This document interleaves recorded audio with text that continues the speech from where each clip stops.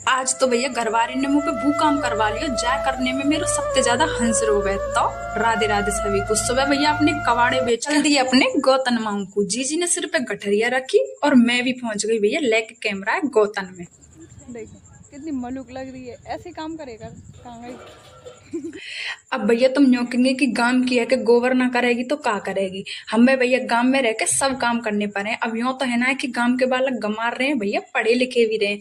लेकिन आज मुँह थापनो यूं पर रहो क्योंकि कई दिन आते बारिश की वजह से गोबर गोले रहो। तो मैंने सोची चल कोई बात ना हेल्प करवाया हूँ। अरे अरे भैया अभी मत जाओ, अभी तो तुम मेरी कलाकारी देख के जाओ। देखो मैंने कितने मस्त मस्त ऊपरा थापे। यही बात पर राधे राधे, मिलेंगे अगले ब्लॉग में।